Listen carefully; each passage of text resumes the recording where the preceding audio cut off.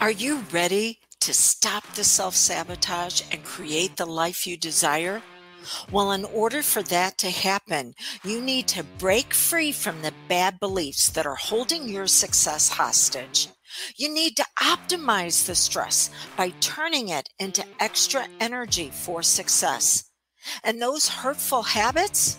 Well, we need to give that pain a purpose for progress.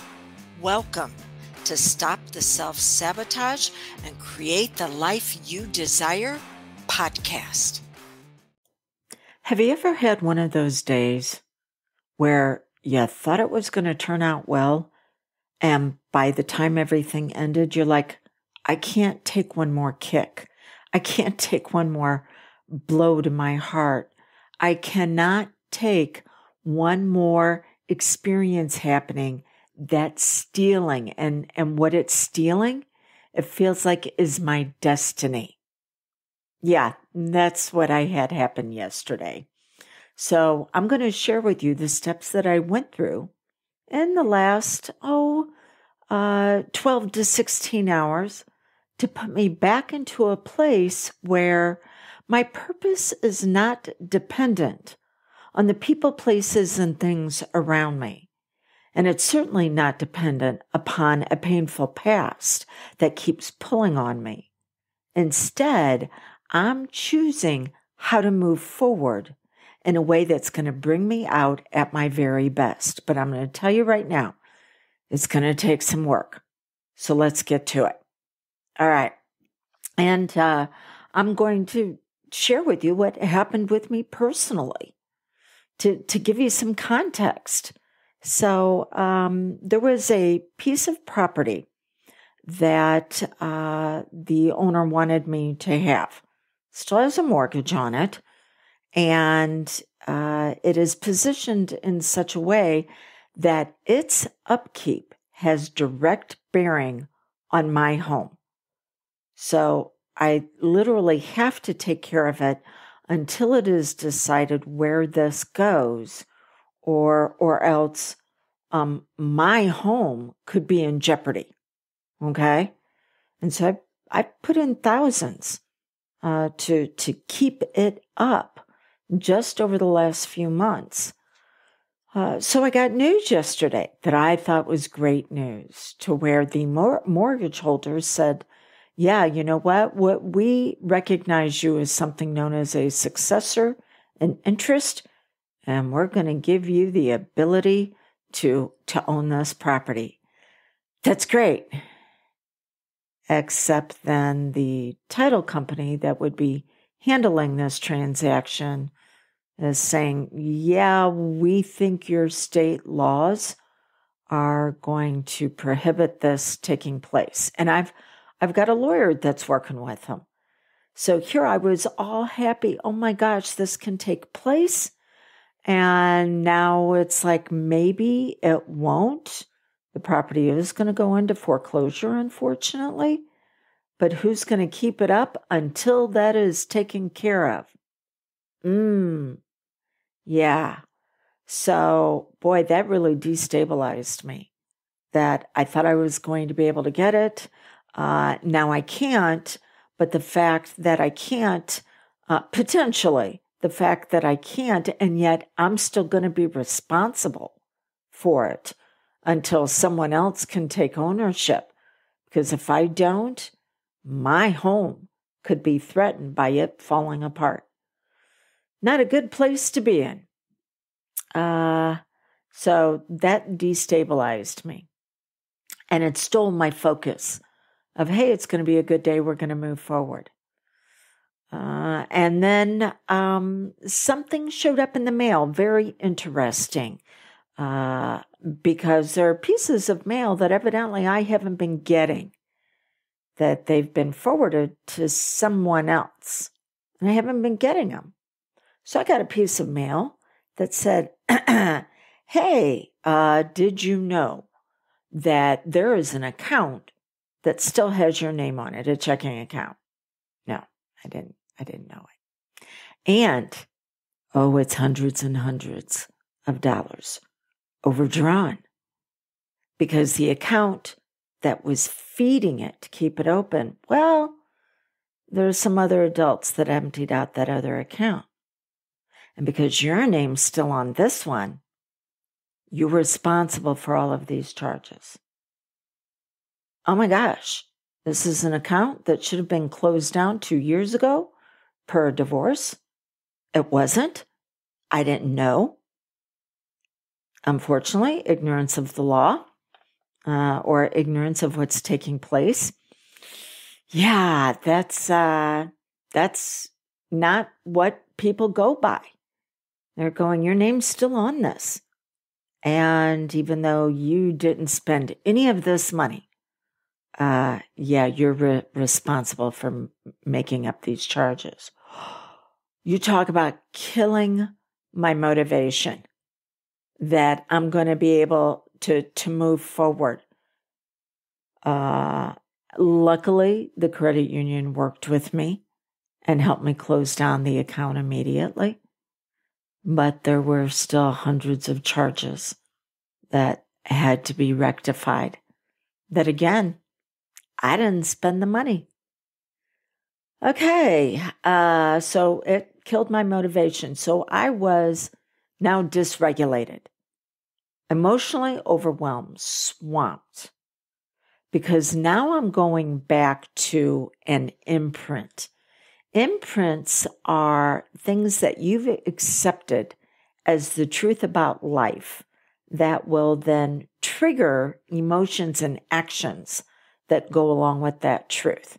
And I had an imprint from whenever I was a kid that said, I'm going to be the one to pay the price for other people's mistakes. And I can tell you the memory that's attached to it. My father lost his temper and took it out on me, and I wound up with broken bones.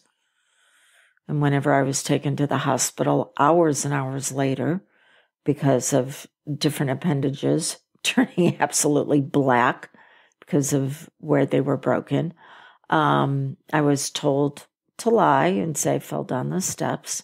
I didn't, but nothing happened to rectify what caused it. And then months later, whenever I started acting out, I skipped school, and my father found out about it, and I was afraid to go home for good reason, what he might do. And then I was actually hauled into court for being a juvenile delinquent and skipping school. And when the judge said, why did you not go home after your father found out you skipped school? I'm like, look in the records. I was afraid he was going to beat me like that again. And I was told, well, if you weren't such a delinquent, he wouldn't have to do those things. I was 13 at the time, and I was put on probation until I was 18 for that. Okay. So that was my imprint of people are going to act very badly, and I am now going to have to be the one to pay the price for it. Now, the challenge is whenever you have an imprint, whether it is avoidance or approach, pain or progress, the identity of who you were when that imprint took place shows up. So we can see this around the holidays.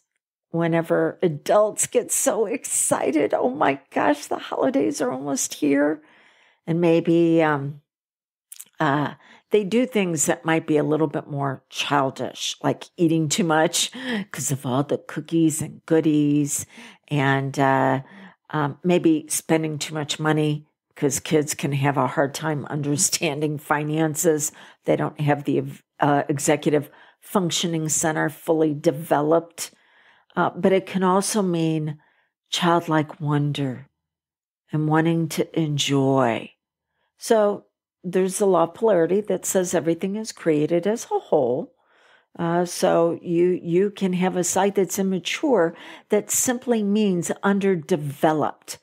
That's it. And so there's a side of you that can be developed. But that's not what got triggered yesterday. The younger me, where I got to pay the price for the mistakes of others. That showed up. But I can't get to resolution of the situation when I'm in that experience from that level of maturity. But she was off and running and wanting to hide. And then the final thing that happened yesterday was that I discovered that there might be some monetary inheritance. Unfortunately, because steps were not taken by the other person. Yeah, state law precedes that and says, yeah, you won't get that inheritance. Whew. I lost hope. Steal, kill, destroy. Steal your focus, kill your motivation, destroy your hope for a better future. Oh my gosh. I was a kid all over again. Getting punched, getting kicked, saying, yeah. And now how are you going to make this better? Okay. So whenever we go through an emotional experience, we ask ourselves 3 questions. What does this mean? What does this mean about me? How do I avoid or amplify? And let me tell you, I was an amplification. It's that old adage, don't ask how much worse it can get, because it can always get worse. Yeah. And I also recognized at some point, because all of this happened within a span of 3 hours, going from, oh my gosh, I am a successor in interest to, no, you're not. You've wasted thousands of dollars. That looks like there's a money pit with no end in sight. And anything that could offset this as far as an inheritance, you've lost out on it. Learned helplessness. You take it personal. There must be something about me that is screwing all of this up. It is permanent. It is always going to be like this. It is pervasive. It's going to affect every area of my life, and it's power over, power under, where the representation internally is that you're small, you're hiding, and the boogie monster is standing over you, doing everything it can to make your life a living hell. Yeah, anything that's been learned can be relearned. So let's talk about stabilization, regulation, functional, and intelligent. And again, I had to fight for it. Okay. So when I say I had to fight for it, think of being on a sailboat or maybe a kayak or a surfboard, and you get knocked off into the water. Well, if you're not used to pulling yourself out of the water and getting back on that kayak, that sailboat, that raft, whatever it might be, if you are not used to it, the water is going to want to continue to pull you down. And it takes some strength to get into the boat. And sometimes you need others and their strength. So the very first thing, 1, stabilization. The way you stabilize yourself is you put things back in order, because right now they're out of order. Something is trying to hold power over you. And it was my imprint from the past. I had to ask myself, what do I value? What beliefs can I rely on? What beliefs am I developing? Okay, the beliefs that I have to be responsible for other people's mistakes? Nope. So that's going to lead us to step 2 in just a moment. How do you regulate? You need to use the intelligence of others. But I'm not going to take financial responsibility for a money pit even further. That was done yesterday. Okay, so I can't go by the imprint of the wounded me that says there is no end to this. No, I had to choose an end by what I value in life and what I want to experience. Okay, so then you have to take action on that value. So whenever I explained to my credit union, oh my gosh, I wasn't even aware that this account was in place. I haven't been getting the notices about it being overdrawn, and they figured out real quick why those notices weren't coming to me, that someone else had intervened conveniently. So in order to maybe make things as painful as possible for me. Okay. So as soon as they saw that, they did everything that they could to reverse payments, stop payments, bless them. And they were able to reduce the hundreds and hundreds of dollars into something more manageable. It still caused me to catch my breath, but it wasn't as bad as what it could be. Okay. So when you decide what you value, and I value growth, but growth with boundaries and rules, because without that, it's cancer and it'll eat you alive. So I had to put boundaries in place. Boundaries bless me. Rules restrict the access of others. And again, we're going to get into step 2 on that. So what did I value? But then I needed to act on those values, because just knowing how you want to move forward based on your brilliance and the brilliance of those around you that can help you without action, it is invalidated in your powerful mind. So you got to reach out and you have to ask for the assistance of others. And for those of us that were isolated and were told that we needed to pull ourselves up by our bootstraps and make it happen all on our own, that can be challenging to let other people in and go, this is what's happening and I can't handle it alone. So step 2, this is when we need to get into regulation. When you are dysregulated, you need someone who's already stable, who already has a level of brilliance and intelligence, and you need to ask for their assistance. So I pulled on my team yesterday. I had my mom step up and go, okay, what do we need to do to start having some rules that restrict how other people are taking advantage of this situation? I called on my attorney and said, yeah, what is it that we need to do to stop others from going forward with this? So pulling on those that are around you, not just to hear your story. A lot of times my clients come in and I know that the story they're going to tell me, there's no one else in their life that they can tell this to. It is so painful. And so it has such a grip over them of power that, there's no one that can handle the hurt that they've got. But I also know that they can't tell me their story without us figuring out a POA plan of action, their success steps, because we don't want to repeat the story anymore. If this is making sense to you, then go to my website, dawnlandrum.com. We can have a complimentary coaching call where you can tell me your story and I can let you know the steps that you can begin to take so you have power back over it, to where your destiny defines you, not your painful past. And there is also, for the next couple of weeks, a bonus that you can see on the page about working with me.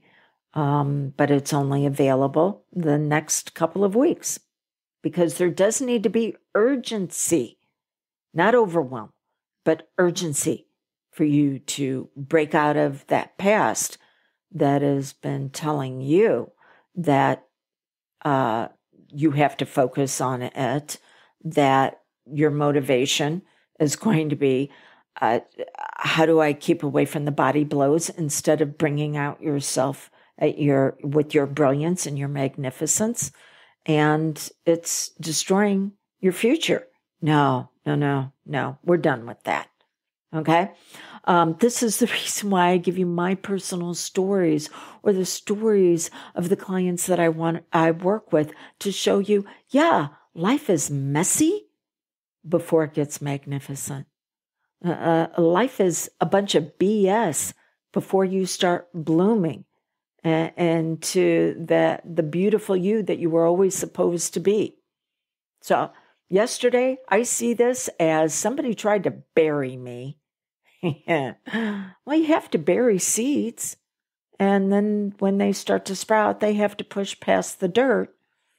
And then they come up into a level to where the ultimate goal of a seed is to produce more seeds, to replicate itself.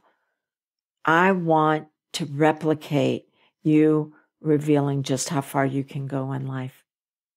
Okay, so to do that, you got to regulate, you got to get around others, you got to have your team. It's not just to tell stories, but it's actually to be able to move forward on your success steps.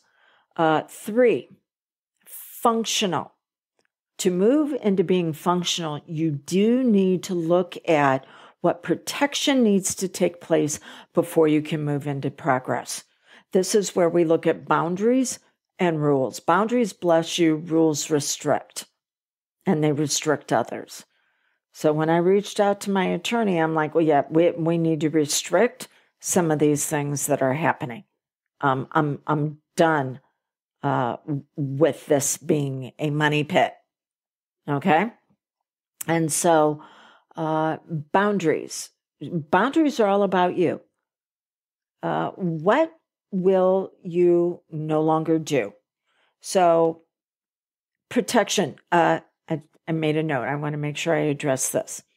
There's a difference between you wanting to give because it's who you are and someone challenging you to give so they can benefit, they can profit off of your pain. An example I came up with was one of my clients just this past Thursday, where someone was saying, you say you're so forgiving, but you won't let this go. Forgiveness, there's a difference between that and someone repenting and earning the right for mutual repair. Got to be careful, because the people that are out there that will use you, will weaponize the best parts of you against you for their benefit.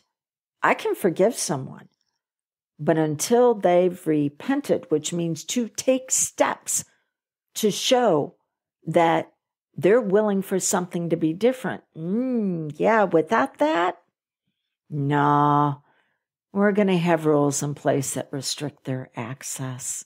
Yeah, but I need boundaries first. And boundaries say, how far will I give? What will I do?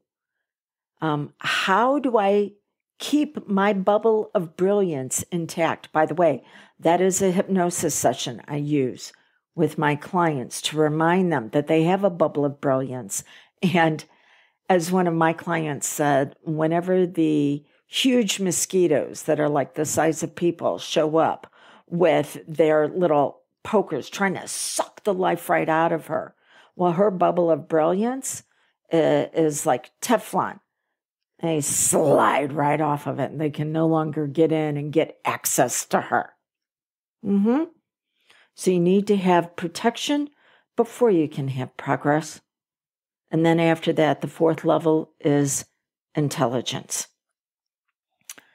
What you want, what you desire is very valid, but you cannot have it in a way that is going to invalidate you. The first thing that came to mind whenever I was told that the inheritance that I might have might be invalidated because of a law that the other person who wanted to give it to me didn't follow. Okay, well, guess what? That prosperity, that abundance is still mine. I'm claiming it. It just may not come from that area. It'll come from someplace else. But if it's mine, I will have it, not necessarily from that source, because then I'll be invalidated by saying, well, that's the only way it can show up.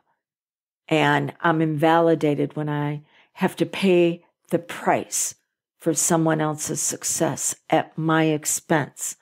I'm invalidated when the pain of the past continues to produce a neural pathway in my brain that just has me spiraling down into situational depression.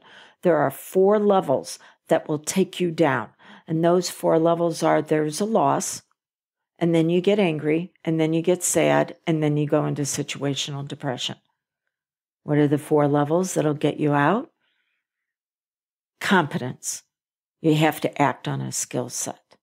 Confidence, because you're acting to repair. I don't know of anybody who's truly healthy that says, I've got enough self-confidence, because the majority of self-confidence comes from your ability to repair after a risk has gone wrong. I had a lot of risks yesterday, some that I didn't even know I was taking with my name on things that went wrong. My self-confidence comes from my ability to go, I need to repair this. Don't know how. I need to bring in a team to assist me to take me back up to the top. And so that is the confidence that comes about from the skill set of going, okay, I cannot do this on my own. What do I value and who do I need to regulate with? And then from there, you begin to feel outstanding. Now, because I've worked this process, there would be times I would be stuck in a spiraling down into situational depression for weeks. Well, yeah, it was hours. And again, it would have probably been minutes if I would have been hit with 1 loss. But then there was 2, and then there was 3, all within a short space of time. It's known as spaced repetition, that immerses you into an infection. But you got to say, you know what? I'm not going to be infected. I'm going to be informed. And then I'm going to take actions and I'm going to implement for impact. Because, this ain't how this happens. But you cannot do it on your own, because the aspect of your personality that has been triggered is one that was in a power under position from your past. You need someone to assist you to complete it. It is incomplete. It is immature. You need someone to trigger that seed of brilliance and magnificence that is ready to spring forth, but going, here, let's see what you value. Let's see how to regulate, how you can be functional, and then move into your intelligence. All right? So you go from confidence into outstanding. I've got this. And then something's going to come along that is going to take you into euphoria, and you are going to feel like life can't get any better. And then there's going to be another loss. And you go through this cycle again. It is my desire for you that these cycles, well, the cycle up lasts weeks and months. And when you cycle down, it lasts hours and at the most just a couple of days. Because then you bring out who you really are, the revelation knowledge of who you really are, and the destiny that is wanting to pull you forward instead of the painful past that's trying to pull you back down into the water of overwhelm. You can do this. I believe in you. A belief is something that you've accepted as the truth. And so until you can believe in yourself, borrow mine. Blessings on your journey.